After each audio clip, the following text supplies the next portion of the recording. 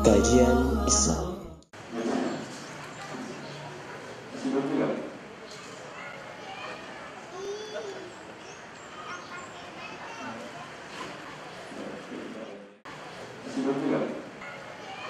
Assalamualaikum warahmatullahi wabarakatuh.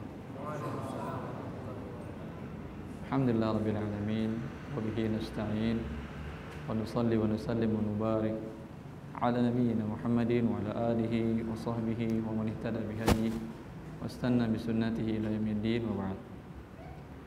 Kaum muslimin, kaum muslimat yang dimuliakan oleh Allah Subhanahu wa taala.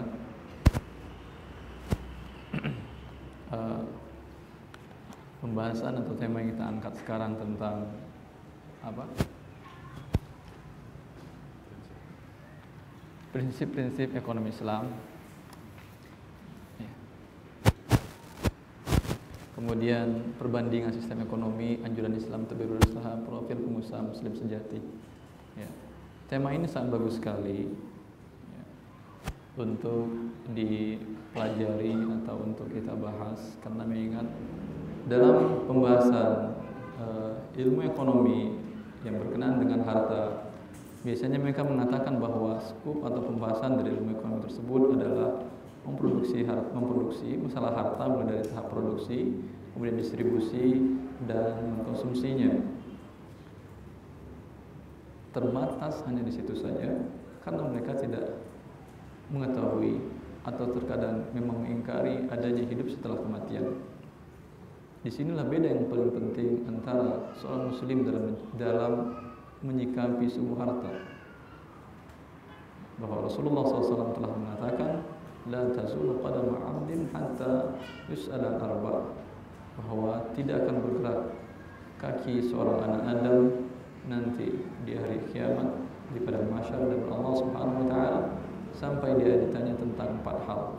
Di antaranya wa an malihi, min aina iktasabahu wa fima anfaqa.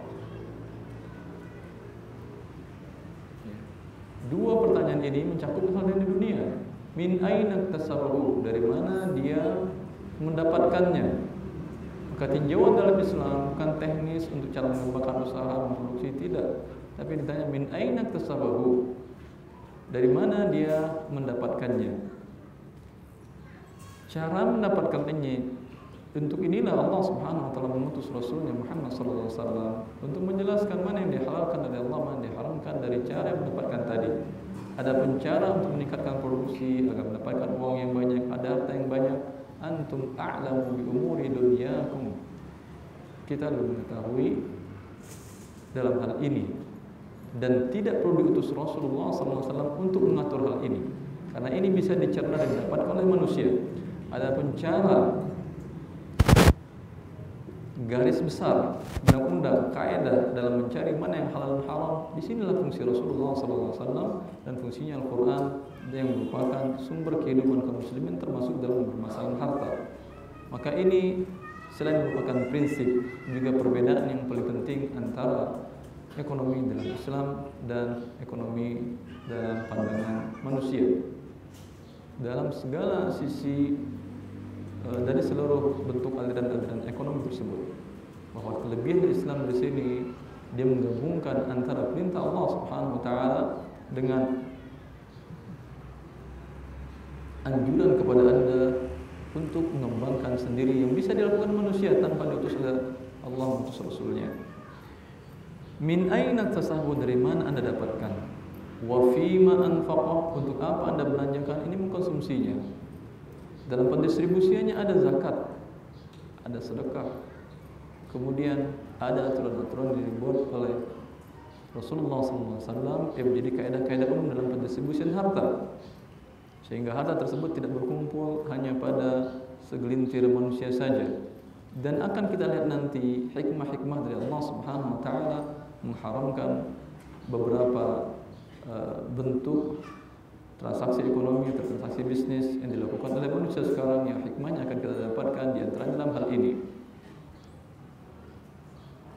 Yang tidak ada dalam ekonomi manusia yang dibuat oleh manusia, hatta yus'ala al-arba', bahwa dia akan dipertanggungjawabkan seluruhnya dari Allah Subhanahu wa taala. kita baca, yang kita ketahui wailul lil mutaffifin. Allah mengatakan wailul lil mutaffifin alladzina idza iktalu 'alan nasi yastawfun wa idza kaaluhum aw wazanuhum yukhsirun ala yazunnu ulaika annahum mab'utsun liyaumin 'azim yauma yaqumun nasu lirabbil 'alamin. Wailul lil mutaffifin, sebuah wadin fi nari jahannam yajtami'u fihi usaratu ahli an-nar, suatu lembah di neraka jahannam. Dalam lembah ini berkumpullah seluruh air kotoran penduduk neraka jahannam, baik air darah, air nanah, bakaran dibakaran, dan seluruh kotoran mereka berkumpul di sana. Inilah dikatakan Ibnu Abbas wail ini. Untuk siapa? Lil mutaffifin, bagi orang yang mengurangi timbangan. Alladzina idza iktalu 'alan nasi yastawfun wa idza kaaluhum aw wazanuhum yukhsirun. Di awal Allah mencap, memastikan, memutuskan dan menjelaskan wail, sebuah kepastian ini. Untuk orang-orang yang mengurangi timbangan, yang bila menimbang untuk dirinya minta dilebihkan, bila menimbang untuk orang lain dikurangi. Belum cukup wail, tekad kepastian dari Allah Subhanahu wa taala akan masukkannya ke dalam wail, Allah tambah lagi. Ala yazunnu ulaika annahum mab'utsun. Apakah orang yang melakukan hal ini tidak mengira bahwa mereka akan dibangkitkan di yaumin azim, sebuah hari yang besar. Yauma yaqumun nasu lirabbil alamin. Di hari manusia berdiri di hadapan Allah Jalla wa'ala, Rabbul Alamin. Ketika ini iman seorang muslim, tauhidnya kepada Allah, imannya kepada hari akhir, menghentikan dia untuk berbuat sesuatu yang diharamkan oleh Allah Subhanahu wa taala, walaupun di depan matanya dunia sedang menanti. Ini berat kecuali illa man rahimah rabbuk. Berat kecuali bagi orang-orang yang diberi rahmat oleh Allah. Dan berdoalah kepada Allah agar anda diberi rahmat untuk bisa melampaui masa-masa ini. Siapa yang kuat ya ketika menghadapi kesehariannya hidup dengan kemewahan dan kesenangan dunia, ternyata sekarang dia mengetahui adalah haram. Jarang orang yang kuat untuk berubah haluan, meninggalkan apa yang diharamkan oleh Allah Subhanahu wa taala ini, kecuali illa man rahimah rabbuk. Orang yang yakin akan bertemu dengan Rabbnya dan yakin bahwa Allah yang menjamin rezekinya. Inilah perbedaan prinsip yang paling mendasar antara Islam memandang masalah harta, din syariatnya memandang harta, dengan manusia memandang harta. Kalau mereka memandang harta hanya sebatas di dunia saja, produksi, kemudian distribusi, kemudian konsumsi, sudah. Masalah produksi tadi apapun dilakukan dia, mau dengan riba, mau dengan judi, mau dengan apapun, tidak ada halangan. Karena mereka mengatakan liberal, bebas. Setiap orang dilahirkan merdeka. Tidak ada orang yang lahir merdeka atas dunia ini dengan pemahaman mereka pahami. Maka ini yang paling prinsip dalam Islam, semuanya merujuk kepada Quran dan Sunnah dalam hal produksi. Anda bebas produksi apa saja kecuali dilarang oleh Allah Subhanahu wa taala. Bebas memproduksi apa saja kecuali dilarang oleh Allah Subhanahu wa taala. Dan yang dilarang oleh Allah sedikit. Lebih banyak yang dibolehkan oleh Allah Subhanahu wa taala. Cara mendistribusikannya, cara menjual belikannya, Anda bebas. Wa halallahu al-bai'a.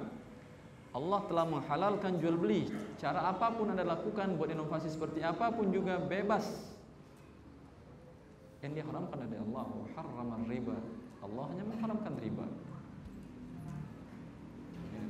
Memahami kaidah ini, tidak bisa Anda buat sebuah inovasi, sebuah hal yang baru dalam cara mendistribusikan produksi tadi, kecuali Anda lihat dahulu apakah syariat melarang atau tidak.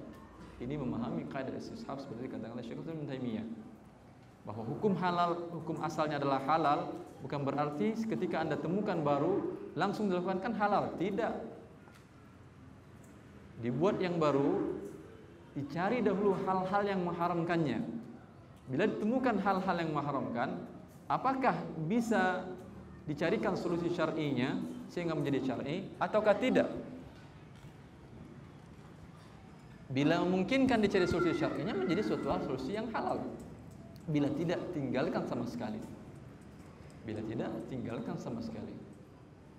Ini yang dimaksud dengan kaidah al-istishab, hukum asal yang kemudian hukum asalnya adalah halal muamalat kecuali ada dalil yang mengharamkan.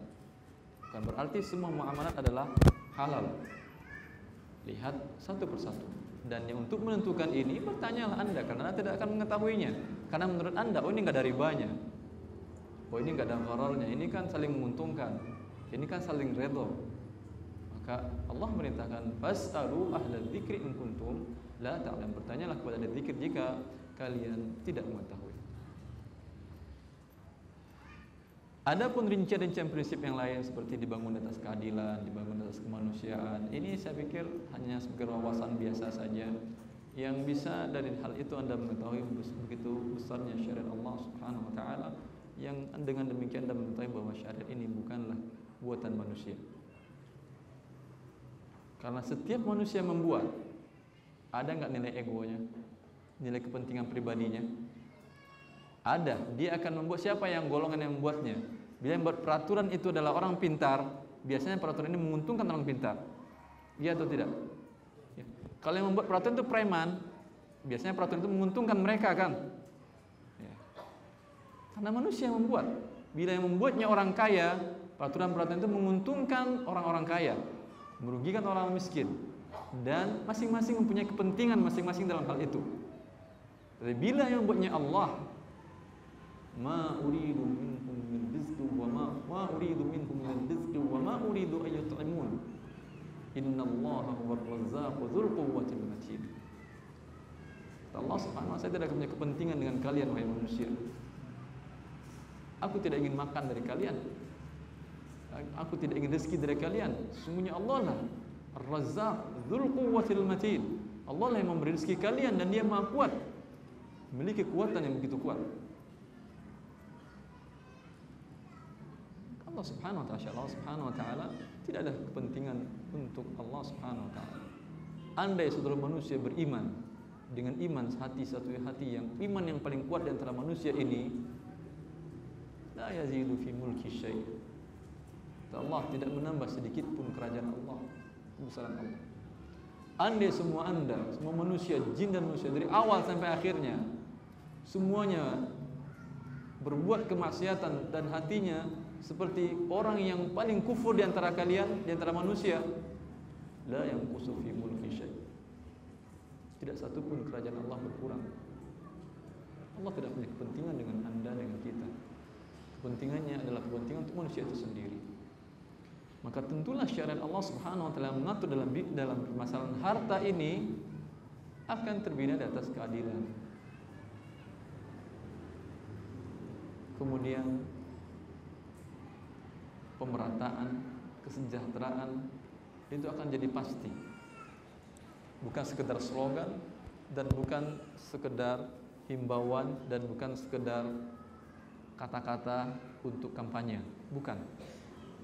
Bila syariat Allah Subhanahu wa taala dijalankan, itu menjadi pasti. Tapi mungkin pertanyaan yang paling berat, Ustaz, kapan itu syariat dijalankan? Pemerintahan kita bukan pemerintahan Islam. Ya, jangan tunggu itu. Apa yang bisa Anda lakukan sesuai syariat, lakukan. Bisa Anda berjual terbebas dari riba, lakukan. Anda tidak akan ditanya oleh Allah Subhanahu wa taala, kamu kenapa melakukan riba? Ya Allah, dulu pemerintahan saya masih pemerintahan riba. Apa hubungannya dengan pemerintahan? Yang bisa Anda lakukan dengan syariat Allah Subhanahu wa taala tanpa harus dengan itu, lakukan. Jangan menunggu seperti ini. Ini alasan, hujah, argumen orang malas biasanya. Nunggu dulu baru dia mau berbuat. Berbuat Anda semampunya, apa yang bisa Anda lakukan dari syariat Allah Subhanahu wa taala, apalagi dalam masalah muamalat ini. Kan tidak ada yang memaksa Anda untuk berhubungan dengan bank riba kan? Tidak ada kan? Anda bebas dan merdeka. Dan ini prinsip dalam syariat Islam, bahwa ekonomi Islam dibina di atas keadilan. Anda perhatikan baik-baik hikmah dari satu persatu Allah mengharamkan transaksi-transaksi yang diharamkan tersebut, atau ad-buyu'ul manhiyu anha, Jual beli yang diharamkan oleh Allah Subhanahu wa taala itu mengangkatkan kezaliman. Riba ya, riba. Ya. Bukankah ini sebuah kezaliman? Kezaliman atau tidak? Siapa yang dizaliminya? Siapa yang dizaliminya? Yang meminjamkah atau siapa?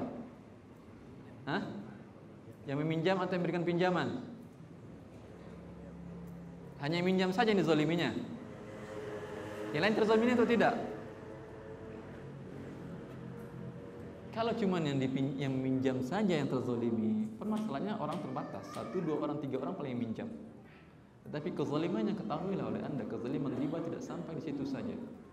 Yang menyebabkan hancurnya krisis ekonomi negara, sebuah negara, masyarakat per masyarakat, dan selamanya akan terjadi dalam lingkungan krisis, penyebabnya adalah riba.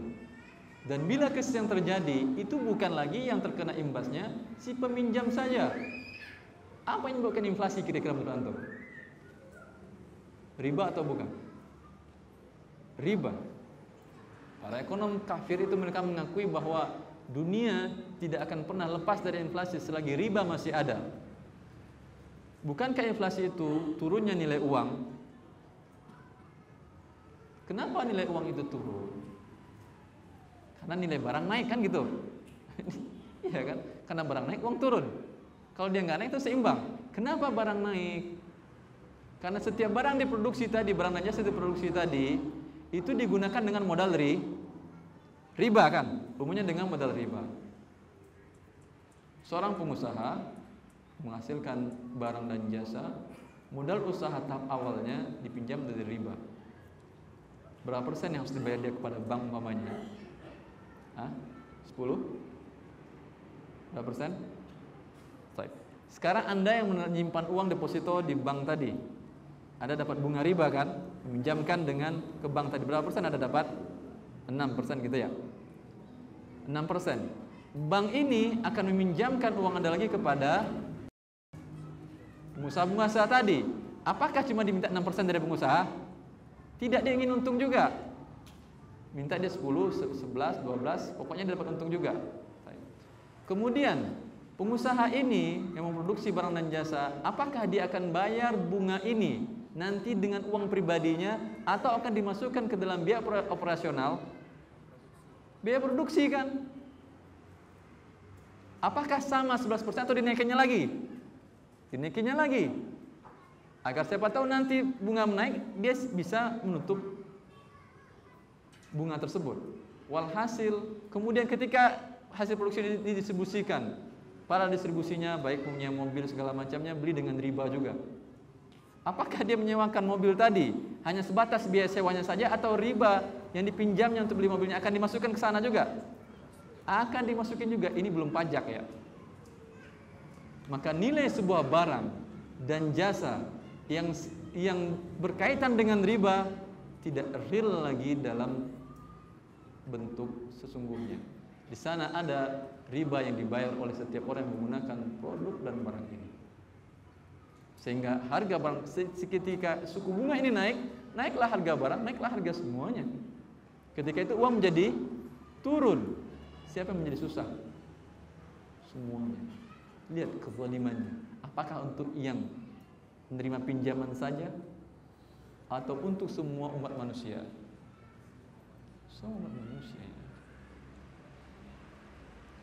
Sebuah perbandingan saja di negara yang tidak ada pajak umpamanya, biaya hidup untuk pembelian barang jasa jauh lebih murah daripada negara yang ada pajak. Apalagi sekarang ditambah dengan riba. Tambahlah. Dengan demikian, maka yang terus akan menjadi miskin adalah tabaqat atau kelompok manusia yang dia berstatus sebagai pekerja. Dan ini kebanyakan manusia kan sebagai pekerja, bukan produsen. Karena bagi produsen tadi, bagi dia tidak ambil pusing masalah riba, akan dimasukkannya ke dalam biaya tadi. Ketika Anda bekerja dengan gaji tetap, pemasukan tetap, ketika membeli tidak mampu, Anda yang akan rugi belakangan. Apapun yang terjadi, krisis, mau apa, mau nilai inflasi, mau apapun yang terjadi, para pengusaha itu sebetulnya tidak pusing. Dia tinggal mengatakan biaya produksi naik, maka barang jadi naik. Yang pusing siapa? Anda yang pemasukan Anda tetap, sehingga Anda terzalimi dengan memegang uang tersebut. Anda tidak ada berbuat dosa, tidak ada berbuat apa-apa. 10 tahun yang lalu punya uang sekitar 100 juta. Sekarang berapa nilainya lagi? Samakah 100 juta juga? Hah? Turun nilainya, paling mulai 8 juta, 7 juta. Siapa yang makan 2 jutanya? Kalau maling bisa dipukulin kan? Kalau tukang riba ini gimana mukulinnya? Semuanya dipukulin, antum juga. Yang menyimpan dalam tuh riba itu pukulin diri sendirilah. Daripada mukulin orang, antum juga pembuat riba. Maka bila sebuah syariat Allah Subhanahu wa taala, sunnatullah, Allah menciptakan manusia tidak dengan sia-sia. Allah ciptakan mereka dan Allah buatkan kepada mereka undang-undang agar mereka hidup dengan undang-undang ini, bila mereka menginginkan kebaikan, kesejahteraan dan keadilan dan selamat dari kezaliman. Maka jangan katakan bahwa hanya bank riba itulah yang merusak ekonomi. Sebetulnya Anda yang menyimpan uang di bank tadi. Karena bank itu kalau tidak ada simpanan deposito Anda yang riba tadi atau tabungannya riba tadi, bisakah dia menyimpan uang dalam jumlah besar kepada para pengusaha tadi? Berarti siapa yang membesarkannya? Anda sendiri ya. Lalu salahkan orang, salahkan diri sendiri.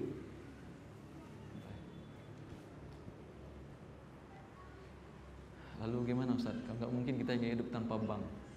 Oh, mantap ini alasannya, nggak mungkin hidup tanpa bank.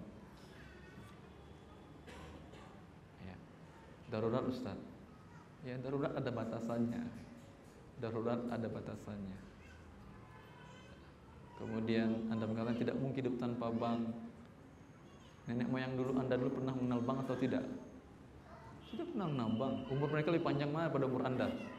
Panjang umur mereka, lebih sehat mereka. Karena antara hubungan riba dengan kesehatan pasti ada.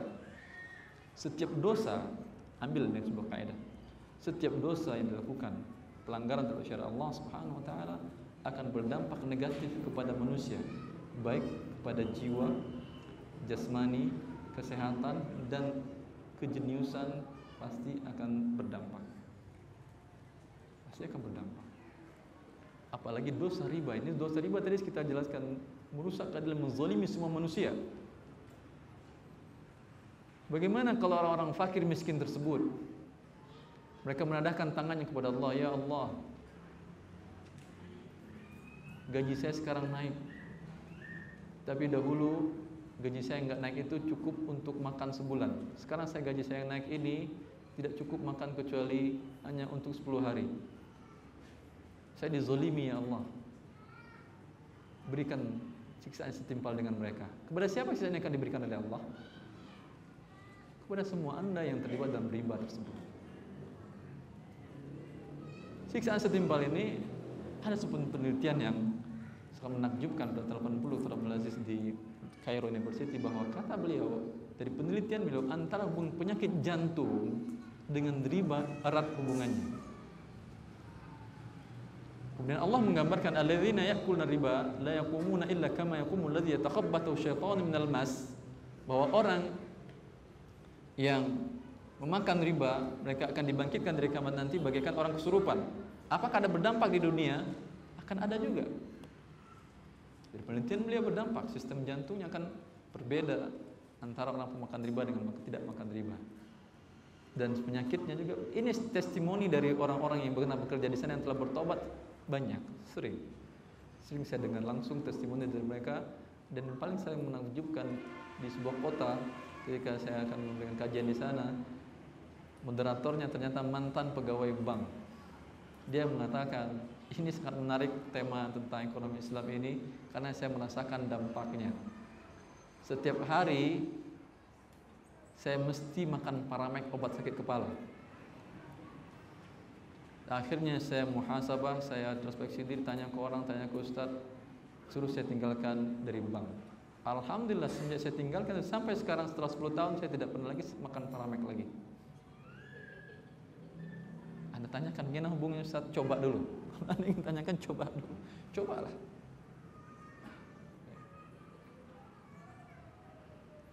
Tidak mungkin ya, Anda berbuat kalau tidak berdampak ya kepada, karena Anda menzalimi manusia yang banyak. Dan gajinya dia, direktur bank itu gaji yang terbesar kan. Walaupun Anda profesor, gaji Anda tidak sebesar gaji gubernur bank. Bahkan presiden pun sepertiga dari gubernur bank gajinya kan. Orang yang berbuat zalim dihargai seharga yang paling mahal. Orang yang mengurus 200 juta orang sepertiganya harganya. Memang kita tidak ingin dihargai, tapi ini menunjukkan cara berpikir manusia yang sudah tidak sehat, yang sudah tidak mementingkan keadilan lagi. Dan tidak akan pernah terangkat kezaliman tersebut selagi manusia tidak kembali kepada syariat Allah Subhanahu wa taala. Bukankah menyebabkan krisis ekonomi dari masa ke masa? Indonesia juga pernah. Riba, jelas riba. Hutang yang berbunga, hutang berbunga itu artinya penjajahan.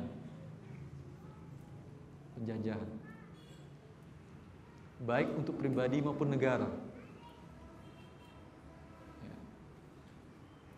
Dia akan menjajah negara lain bila negara itu terhutang dengan dia. Inilah riba yang diharamkan. Bukan saja dampak adalah pribadi, hubungan antar negara pun, negara yang berhutang ya, tidak akan bisa menentukan sikap sendiri. Anda menentukan sikap sendiri, bayar dulu hutang. Dan Anda tidak mampu bayar hutang dengan bunga yang sudah berlipat ganda, adha'afan mudha'afat, tidak bisa akan dibayar oleh mereka. Maka setiap kebijakan harus begini, Anda didikte oleh orang lain. Tidak ada kebebasan dalam hal tersebut. Tapi ini prinsip secara umum bahwa syariat Islam memandang harta, bila Anda perhatikan dengan baik, akan membawa keadilan dan jauh dari kezaliman kepada manusia. Dalam masalah kebebasan, apakah dengan demikian Islam umpamanya mengekang kebebasan orang dalam untuk mengembangkan hartanya ketika riba dilarang, kemudian judi dilarang, kemudian dharar dan gharar dilarang? Apakah menggunakan kebebasan? Ya. Memang manusia tidak ada yang bebas seperti kita katakan tadi. Dan mereka pun di negara yang mengakui kebebasan pun tidak sebebas-bebasnya. Untuk sesuatu yang mengkhawatirkan mereka, Anda akan dihentikan di sana. Dalam proses sport umpamanya, jual beli mata uang, dalam jumlah kecil Anda bisa lakukan tunai. Tapi dalam jumlah besar, triliunan, umpamanya sekitar 1 miliar dolar US Anda beli, itu tidak mungkin Anda bebas membelinya. Mesti berurusan dengan Bank Sentral Indonesia, Bank Sentral Amerika, setuju mereka atau tidak. Karena akan merusak ekonomi Indonesia, akan merusak ekonomi mereka juga. Bila uang tidak bisa dikontrol pengeluarannya, berarti bebas nggak ada. Anda beli aja nggak bebas. Tidak ada orang yang hidup bebas. Tetapi Islam juga tidak seperti komunis, sosialis yang mencabut semua hak kepemilikan orang.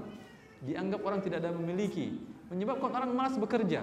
Ngapain saja jadi kaya, nanti akan diakui menjadi milik negara juga. Membuat orang menjadi malas. Dan Islam tidak. Dalam Islam, inna amwalakum wa dima'akum haramun alaikum. Sesungguhnya darah kalian, harta kalian haram bagi yang lainnya. Dan sampai antum perhatikan dalam masalah gadai menggadai, barang gadaian tidak boleh dijual kalau sudah di tangan Anda. Tidak boleh dijualkan oleh penerima gadai yang Anda berikan hutang kepada orang, baik dalam bentuk barang ataupun uang. Kemudian Anda minta barang jaminan gadai. Barang gadai ini tidak bisa Anda eksekusi begitu saja. Kalau di awal tidak Anda syaratkan, dia akan mewakilkan kepada Anda jika tidak mampu membayar atau terlambat membayar dan menjadi tunai seluruh hutangnya. Repot urusannya. Atau Anda ajukan kepada pihak mahkamah, ke pengadilan. Barulah mahkamah yang memutuskan barang ini bisa dijual. Apa artinya ini, akhir? Padahal barang sudah di tangan Anda dan uang Anda ada di tangan dia. Tapi Islam mengatakan tidak bisa Anda berbuat semena-mena. Inna dima'akum wa amwalakum haramun 'alaikum. Sungguhnya darah kalian, harta kalian haram atas kalian satu dan lainnya. Tidak bisa semena-mena.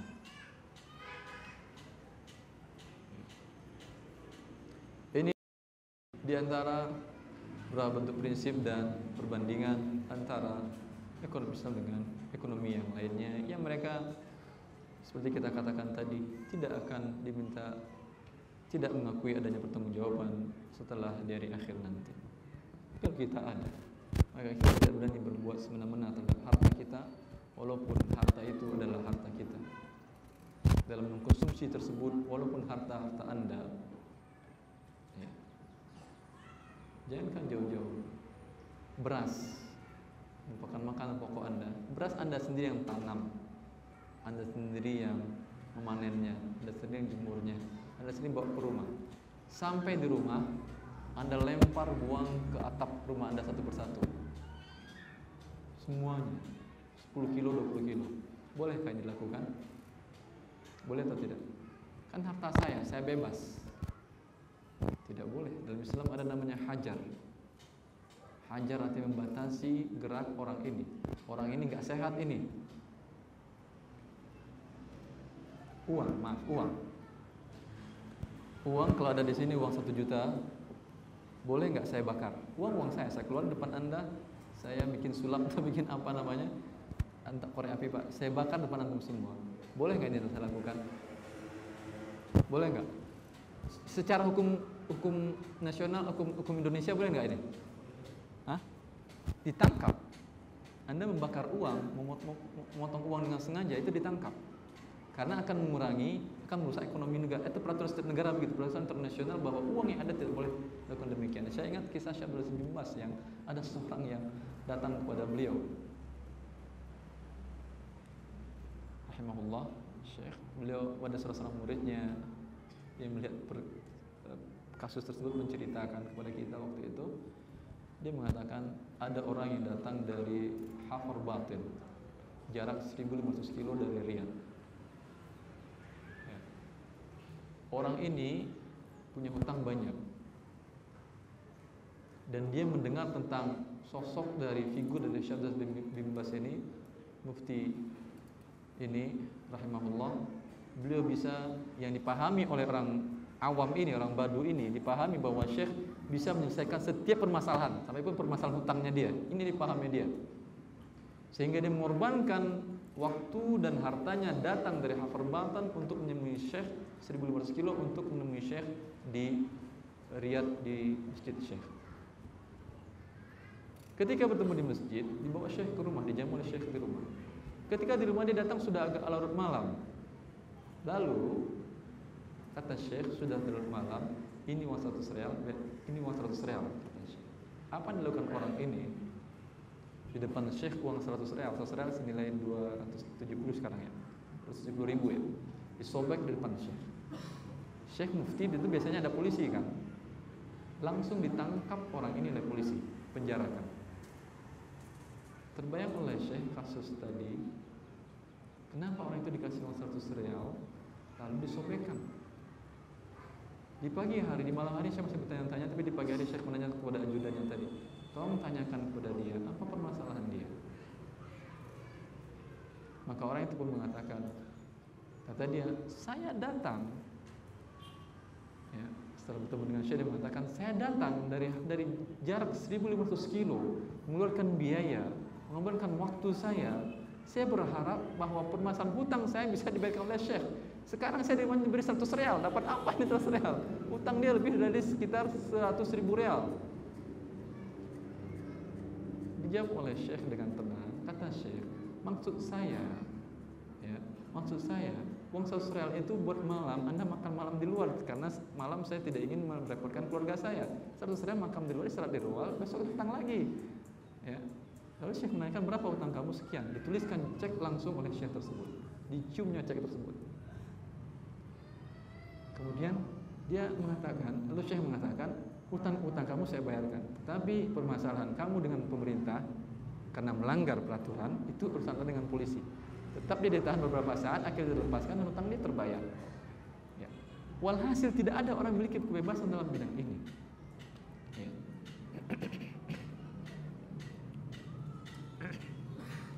Maka idha'atul mal dalam Islam, membuang-buang harta walaupun memiliki sendiri, tidak ada kaidah. Maka hukum-hukum dijelaskan para ulama kita dalam muamalat cukup sempurna bila Anda mengetahuinya.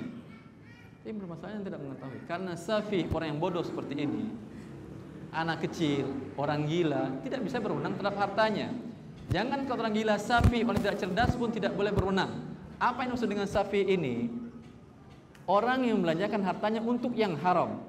Adapun untuk hal yang tidak haram tetapi buang-buang, dalam hal ini masih khilaf para ulama. Karena bila orang ini seperti ini ditahan, ya, saya pikir di antara kita mungkin ditahan semua ini. Contoh yang sering saya katakan, masing-masing itu punya handphone kan? Siapa yang tidak punya handphone, tunjuk tangan. Yang tidak punya handphone? Enggak ada kan? Baik. Handphone antum tersebut tolong antum keluarkan masing-masing. Malu antum kali ya. Baik. Berapa persen dari aplikasi handphone tersebut antum gunakan setiap hari? Antum berapa persen setiap hari? Semua programnya kan banyak itu. Ada yang SMS, ada MMS, ada apa lagi? WhatsApp, apa lagi? BBM, ada BBM. BBG ada enggak? Lain-lain banyak kan? Yang antum gunakan tiap hari berapa persen dari seluruh program itu? Hah? Sampai 10%? Nggak nyampe.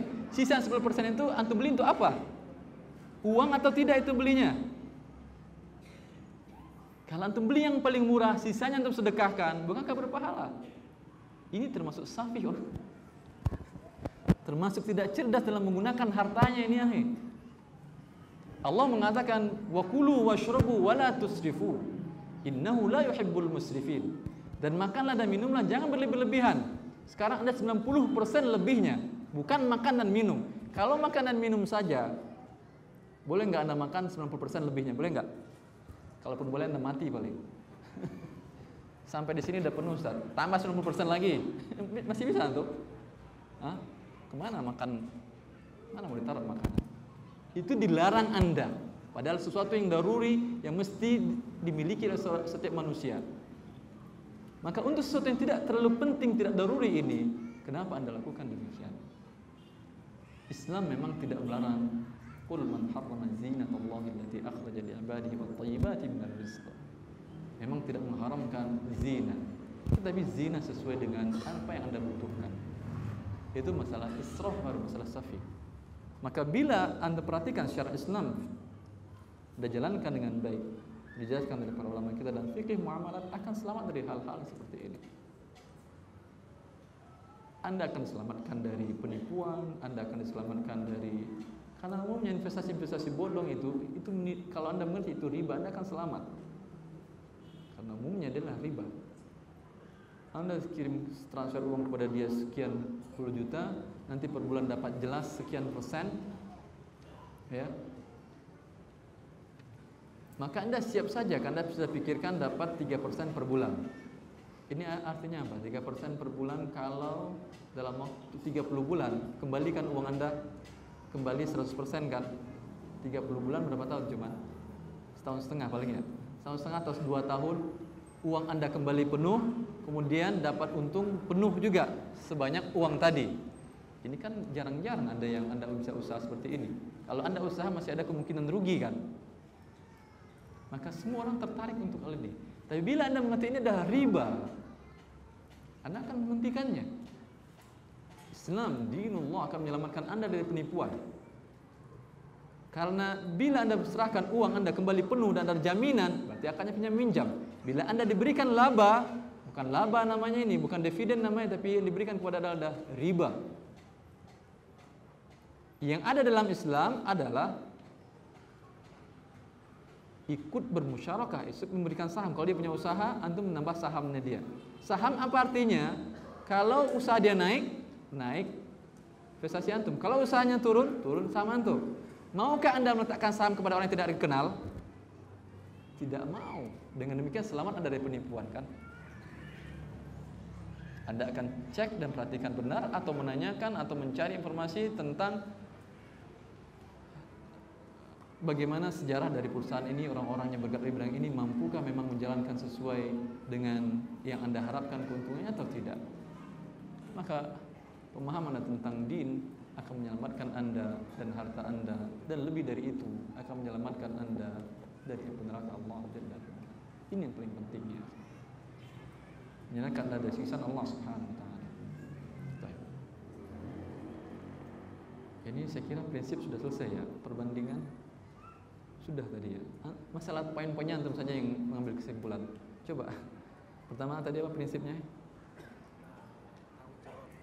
Tanggung jawab. Kalau itu kayaknya nggak ada saya sampaikan, tapi bisa nggak masalah tanggung jawab. Apalagi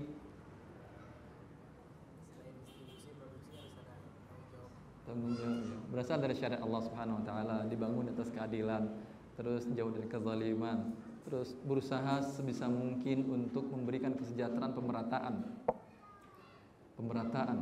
Zakat salah satu bentuknya.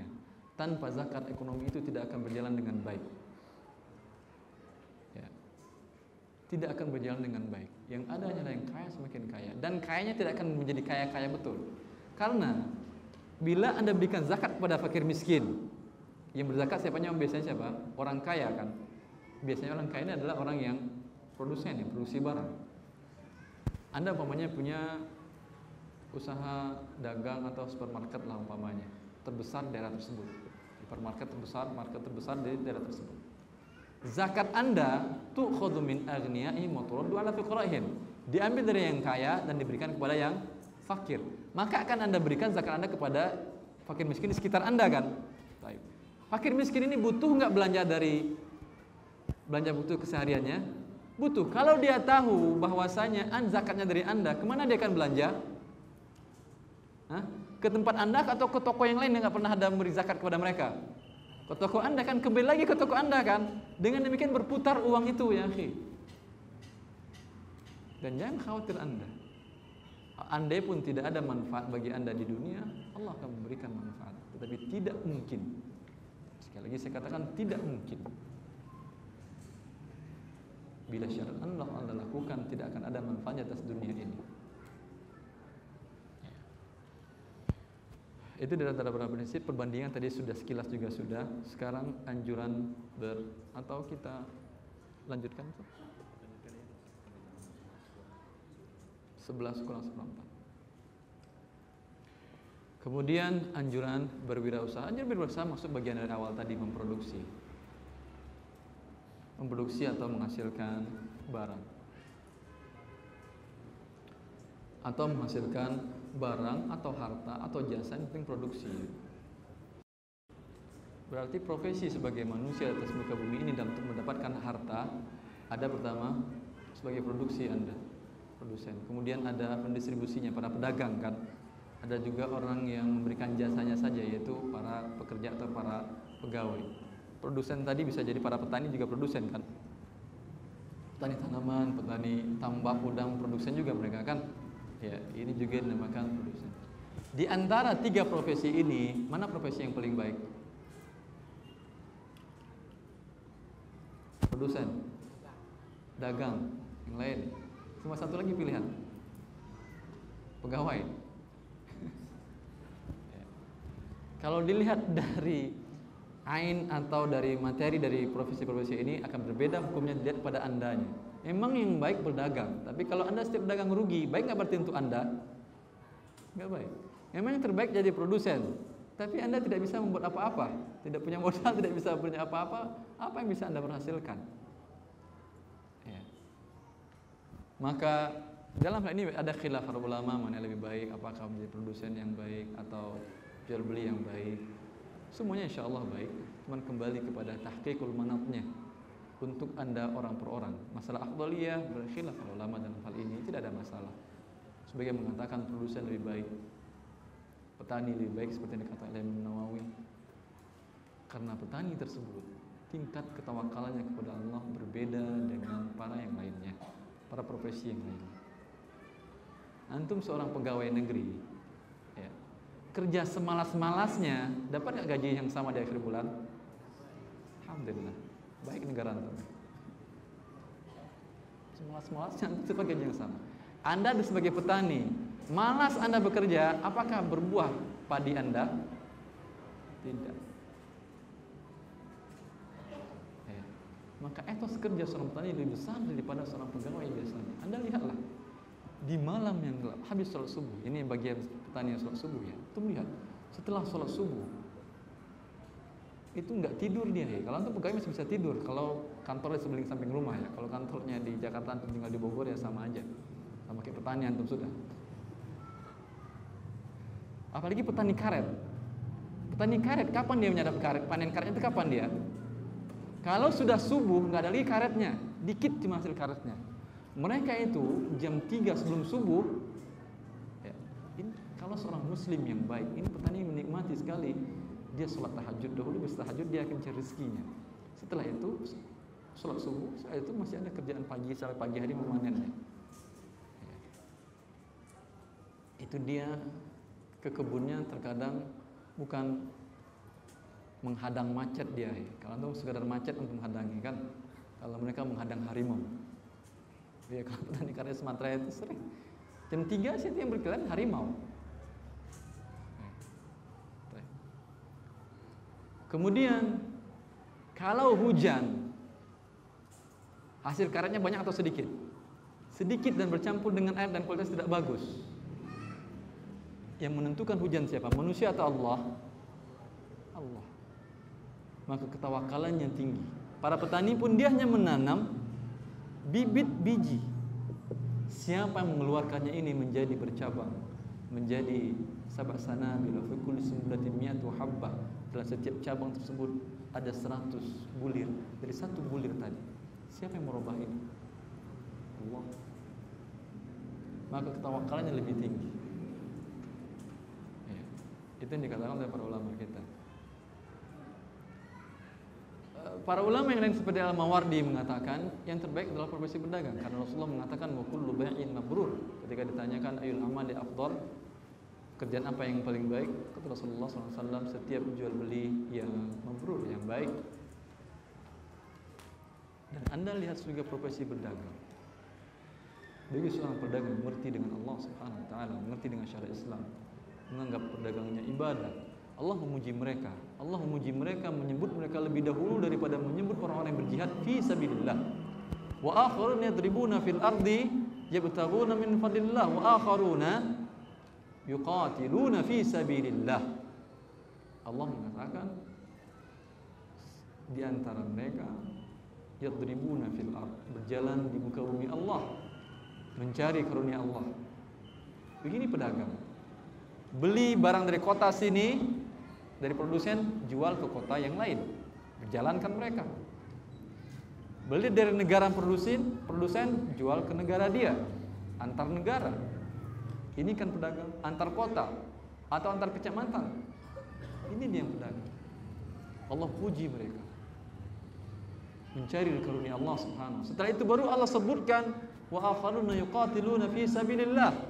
Dan sebagian yang lain mereka berjalan di muka bumi Allah untuk berjihad fi sabilillah.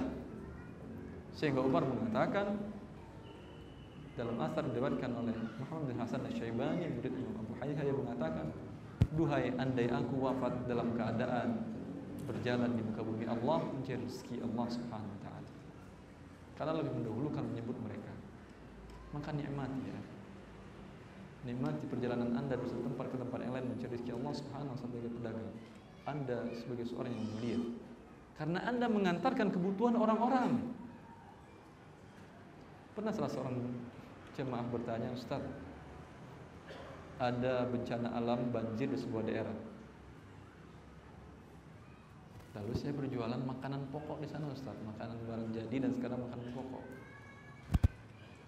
Ya, karena permintaan banyak, harga saya naik. Sebetulnya saya tidak rela, Ustaz, tapi ini kesempatan saya juga ngambil untung. Boleh nggak, Ustaz? Saya sebetulnya ingin ngasih gratis kepada mereka, kasihan dari mereka, tapi saya ingin juga dapat untung, Ustaz. Boleh nggak saya lakukan ini? Saya katakan boleh sekali. Boleh sekali. Karena bila tidak Anda, kemana mereka mencari makanan? Keluar mencari tempat yang lain, belum tentu tidak ada angkutan dan segala macam, repot kan? Sekarang ada Anda. Keberadaan Anda di sana, walaupun Anda mendapatkan keuntungan dunia, kalau niat Anda membawa makanan, memudahkan mereka untuk mendapatkan kebutuhan mereka, akan diberikan pahala oleh Allah Subhanahu wa taala. Akan diberikan pahala oleh Allah Subhanahu wa taala. Lihatlah. Ya. Ini mic ini buatan mana ini? Sebentar. Cina. Siapa yang bawanya kemari? Orang Cina? Ustadz yang bawanya kemari atau para pedagang?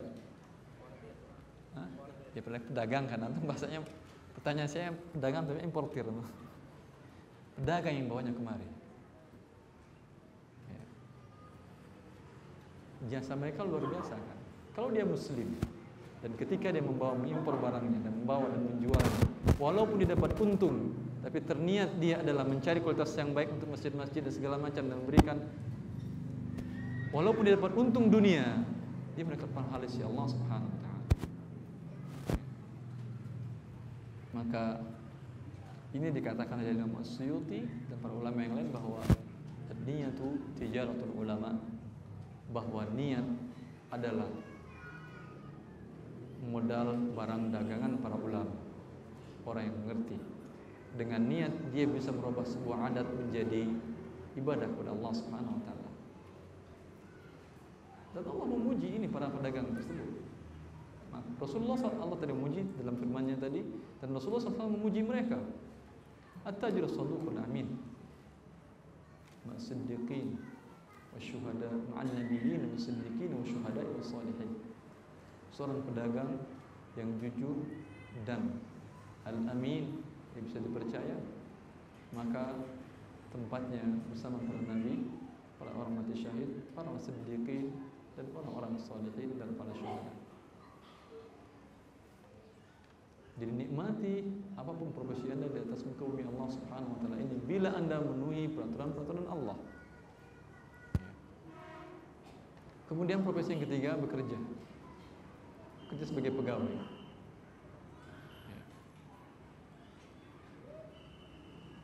Sebagai pegawai, kalau memang Anda bisanya itu, memang Allah ciptakan manusia ini agar satu dan lainnya sering mendapatkan manfaat. Terbayangkah oleh Anda kalau tidak ada orang yang mau menjadi tukang sampah? Terbayang apa yang terjadi? Ya. Mungkin masjid kita ini isi sampah semua nih. Karena kadang ada tukang sampah. Maka keberadaan orang ini Allah ciptakan sudah, dan jangan Anda hinakan mereka. Jangan Anda hinakan mereka. Hargai mereka sebagai makhluk Allah dan ingat jasa mereka. Dan Rasulullah menghargai jasa seorang wanita sauda yang hitam yang sering taqumul masjid, sering membersihkan sampah di masjid Rasulullah SAW. Ketika dia wafat di malam hari, tidak diberitahukan kepada Rasulullah. Rasulullah menanyakan, kemana wanita tersebut telah wafat ya Rasulullah? Di malam hari kami tidak ingin membangunkan engkau. Ana akhbartumuni. Kenapa kalian tidak beritahukan kepada aku, kata Rasulullah SAW. Penghargaan Rasulullah SAW kepada seorang wanita hitam yang membersihkan masjid Rasulullah SAW. Maka profesi yang terbaik setelah tadi kita jelaskan adalah yang sesuai dengan Anda. Kalau bisa memilih, pilihlah yang jadi awal produsen. Tapi kalau tidak pas Anda jadi produsen, pilihlah yang kedua dan ketiga, dan jangan pilih yang tidak disebutkan di sini. Jadi apa di sini dia? Tidur kerjanya. Saya udah lamar kerja 5 tahun gak diterima-terima. Anda lamar kerja yang bagaimana tidak diterima? Ya. Kalau melamar ada toko warteg, Bu, bisa saya cuci piring hari ini, makan tuh hari ini? Mau nggak seorang warteg tadi? Lihat wartegnya yang ramai, jangan yang sepi nggak mau dia. Cukup saya aja, Pak. Anda lihat yang ramai, yang kurang pegawainya. Tawarkan jasa di sana. Nggak perlu buat ijazah kan ini? Nggak perlu kan? Dari awal Anda jadi tukang cuci piring, besok jadi tukang ambilin, besok tukang masak, habis itu besok bikin warteg baru. Nggak ada masalah kan?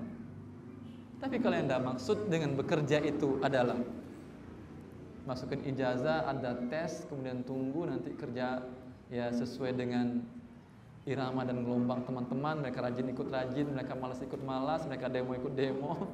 ya, gaji jelas di akhir bulan, kau Anda maksudkan itu bukan ini maksud bekerja dalam Islam ya. Kan ini maksudkan bekerja dengan Islam. Abu Bakar radhiyallahu anhu di hari dia ditunjuk dari khalifah, hari ini ditunjuk dari khalifah. Seorang saudagar kaya tunjuk menjadi khalifah. Keesokan harinya di tengah jalan ditemukan oleh Umar bin Khattab dan Abu Ubaidah sedang memanggul pakaian, barang dagangan, kaya raya, pengusaha besar, kemudian sahabat Rasulullah paling dekat, kemudian mertua Nabi SAW, apalagi kekurangan beliau, Amirul Mukminin di hari ini, khalifah di hari ini, tidak malu memanggul barang dagangan di pasar. Jelas antum ini? Mulia itu ya. Antum memanggul barang dagangan mulia. Bukan suatu hal yang hina. Ditemui oleh Umar di tengah jalan. Ila aina ya khalifah Rasulullah? Kemana wahai pengganti Rasulullah? Khalifah itu pengganti kan, penerus Rasulullah SAW. Kata dia, ke pasar. Kata Umar, mau apa? Saya akan menjual barang dagangan saya. Ya. Lalu kata Umar, wahai Khalifatul Rasulullah, kalau engkau berjualan di pasar, menyebutkan dirimu dengan menjual di pasar, siapa yang mengurus kaum muslimin, umat Muhammad SAW? Apakah ini tidak terbayang? Tanggung jawabnya juga tidak terbayang oleh Abu Bakar? Terbayang. Tapi dia juga mengatakan, kalau saya mengurusi umat Muhammad SAW, siapa yang mengurusi makanan anak istri saya? Khalifah ya. Mengatakan hal seperti ini. Lalu dikatakan oleh Umar, kalau begitu, ya, Umar yang ditunjuk oleh Abu Bakar menjadi amin Baitul Mal, penanggung jawab Baitul Mal, maka Umar membuat keputusan dengan Abu Ubaidah mengatakan bahwasanya akan diberikan untuk khalifah setiap harinya setengah ekor kambing untuk makanan mereka. Dengan demikian khalifah tidak boleh lagi bisnis. Kalau khalifah bisnis, siapa yang paling untung? Bisnisnya khalifah kan. Ya, khalifahnya nggak bisnis, tapi kaki tangannya. Kaki tangannya Umar pernah melarang anaknya, Ibnu Umar, Abdullah bin Ubaidillah, ketika mendapat barang kepercayaan dari Abu Musa al-Asy'ari, amir di kota Kufah di waktu itu, dilarang oleh Umar. Kemudian dibuat kebijakan oleh Umar bin Khattab setengah, ya.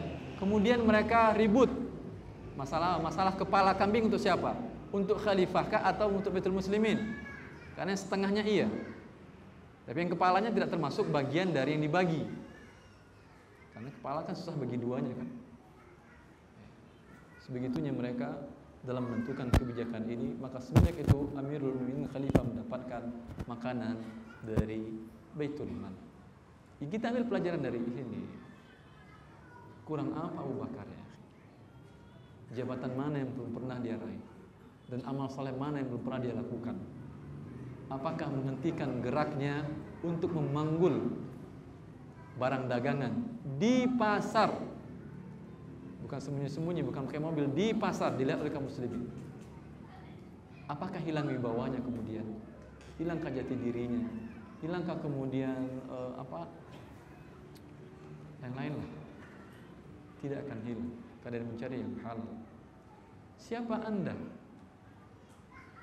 sehingga berpangku tangan menunggu pekerjaan, datang panggilan dari perusahaan A atau instansi B? Apakah Anda lebih mulia daripada Abu Bakar? Maka perhatikan ini, bahwa Islam tidak menganjurkan kita untuk menjadi pengangguran.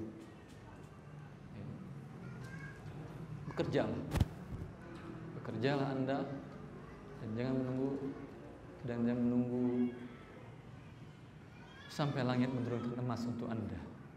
Tidak ada itu dalam Islam. Anjuran berwirausaha, tapi ini lebih luas lagi, kita bahaskan bukan wirausaha saja. semuanya Anda lakukan. Dan semoga Allah bukakan rezeki untuk Anda. Semoga Allah bukakan pintu rezeki untuk Anda. Dan lihatlah orang-orang sukses di sekitar Anda dari masa dahulu, dari sahabat Rasulullah sampai masa sekarang. Apakah mereka langsung mendapatkan kesuksesan, lahir dan dapat sukses begitu? Hah? Mereka rintis kesuksesan dari nol. Dari menjadi orang bawahan. Jadi bukan menjadi dari pegawai, bukan menjadi dari orang yang bawa ijazah saja. Ini saya kira cukup untuk yang anjuran berusaha. Kemudian terakhir, profil pengusaha muslim atau profil seorang muslim dalam bekerja. Karena pengusaha kesannya hanya untuk golongan tertentu saja. Profil muslim, Anda yang adalah muslim. Apa profil Anda sebagai muslim? Apa profil Anda sebagai muslim? Atau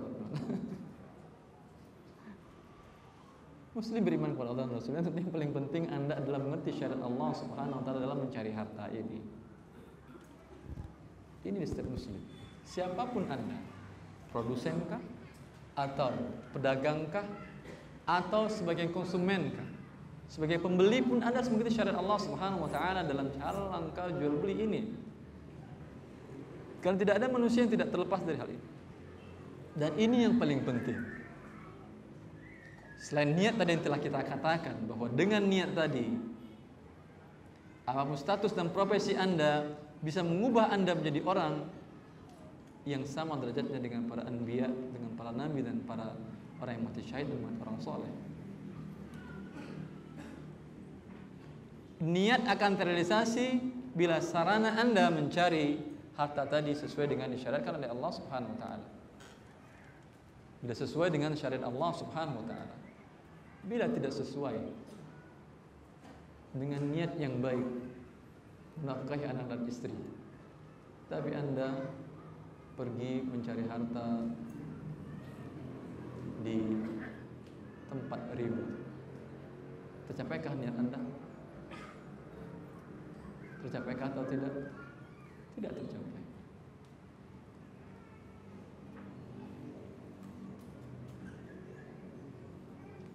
Maka niat saya tidak cukup. Harus diikuti dengan pengetahuan Anda untuk melakukan transaksi-transaksi sesuai dengan syariat Islam yang dibenarkan oleh Allah Subhanahu wa taala. Kemudian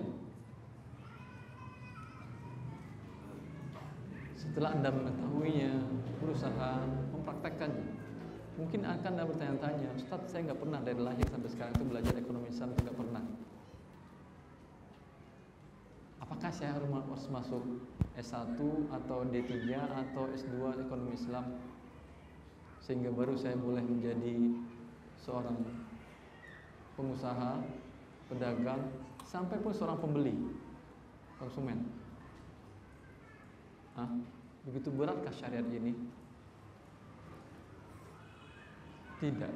Anda jangan salah paham.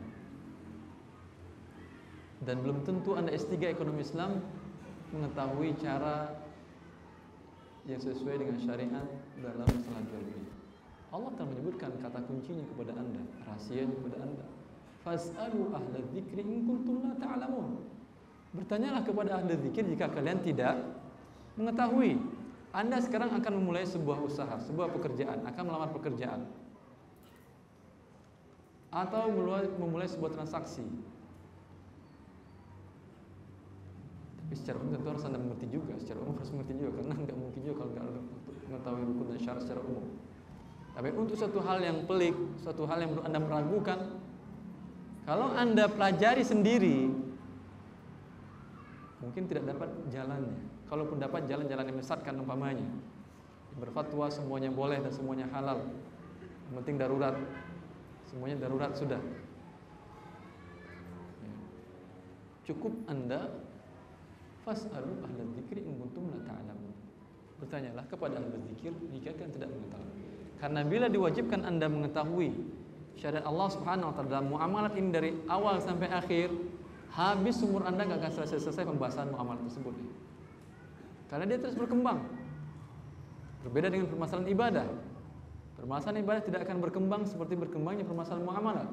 Karena permasalahan muamalat hukum asalnya adalah boleh. Anda bikin seperti apapun saja asal tidak melanggar syariat boleh. Berbeda dengan ibadat. Maka pembahasan ibadat terbatas. Pembahasan muamalat inilah yang paling luas. Ya. Maka bertanyalah dan pelajarilah. Ya. Baca dan pelajari. Dan duhai andai kalau umpamanya tadi saya ada rapat pengurus pengawas masjid dan pembina masjid tempat tinggal di sana. Pembina yayasan mengatakan dia baru bertemu dengan pembina masjid se-Indonesia, Bapak Yusuf Kala ya. Pak Yusuf Kala itu menganjurkan agar di setiap masjid diajarkan ekonomi Islam. Saya pikir bukan ekonomi Islam, karena ekonomi Islam itu terlalu luas, akuntansi segala macam, hitung-hitungan, statistik yang membingungkan Anda, tidak ada manfaatnya, terlalu besar untuk orang awam. Maksudnya mungkin himbauan mengajarkan muamalah, karena emang jarang. Masjid kajian yang antum ketahui mempunyai kajian rutin muamalat di Jabodetabek berapa masjid? Berapa masjid? Berapa masjid? Berapa masjid? Kurang tahu beliau. Siapa yang tahu? Hah? Ribuan masjid yang mengajarkan muamalat.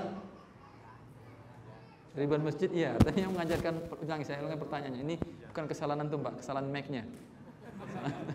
Mic-nya emang kurang jelas. Dari ribuan masjid yang ada Jabodetabek ini, berapa masjid yang mempunyai kajian fikih muamalat? Ada atau tidak? Yang sedikit itu di mana, Pak? Biar bisa kita ke sana. Yang sedikit itu di mana, Pak? Di sini ada kajian rutin untuk fikih muamalat ya? Enggak ada, Pak. Oh, mungkin nanti mau pengen buat gitu. Kayaknya mungkin Bapak itu pengen dibuat kalau bisa. Karena nggak cukup 2 jam seperti ini untuk belajar muamalat dari A sampai Z, nggak cukup ya. Nggak cukup. Saya pernah ikut darsnya, daurahnya Syekh Hamad bin Abdullah Al-Hamad di Saudi. Beliau Syekh dari HAI, murid Syekh Muhammad Shalih Al-Utsaimin. Dari kitab Matan Zadul Mustaqni, kitab paling kecil dalam mazhab Hambali, ya. Itu sekali daurah 5 hari, mulai dari pagi, siang, sampai sore dan malam. Syekh datang 4 kali, 5 hari kali 4 kali pagi, siang, sore dan malam. Berapa jam berarti itu? Itu tidak banyak pertanyaan. Syekh hanya menjabarkan saja. Syekh hanya menjabarkan saja. Tidak terlalu banyak pertanyaan masalah muamalat kontemporer, masalah yang sekarang. Maka ini akan mengakibatkan apa? Akan mengakibatkan kaum muslimin tidak mengerti akan ekonomi Islam tadi. Padahal ini pembahasan fikih. Dalam setiap kitab hadis ada atau tidak babul buyur? Kitab jual beli ada atau tidak? Ada. Ada. Dalam setiap kitab fikih ada atau tidak kitabul buyur? Ada. Tapi biasanya sampai ibadah antum sudah capek, ustaznya juga udah pusing. Karena masalah muamalat beda masalah muamalat. Berbeda dengan masalah ibadah. Maka dengan demikian otomatis antum akan susah menemukan hal demikian. Tapi bacalah dan pelajarilah dan bertanyalah. Sekurang-kurangnya itu tanyakan kasus yang saya alami ini bagaimana, halal atau tidak, kalau tidak halal apa solusinya, agar Allah Subhanahu wa taala menyelamatkan kita. Ini yang paling penting, profil dari setiap seorang muslim dalam mencari harta di dunia ini dan dalam mendistribusikan serta mengkonsumsinya. Yang lebih penting lagi, pertanyaan di hadapan Allah. Ketika Anda tidak mengetahui ini didapatkan dengan halal, bisakah Anda menjawab pertanyaan Allah? Min aina iktasabta? Dari mana engkau dapatkan ini? Anda tidak tahu ilmunya ini halal atau tidak, fatwanya tidak tahu ini halal atau tidak. Bisakah Anda jawab?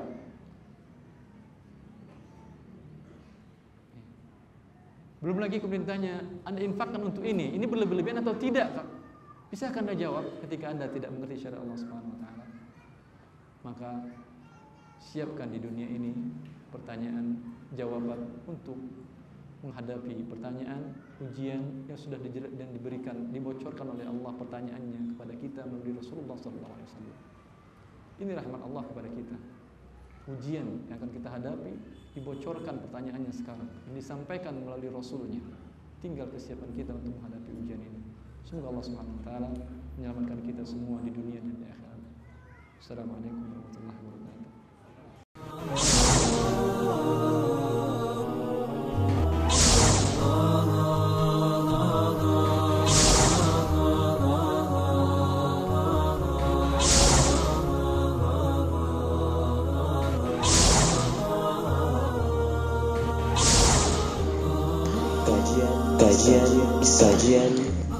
Kajian Islam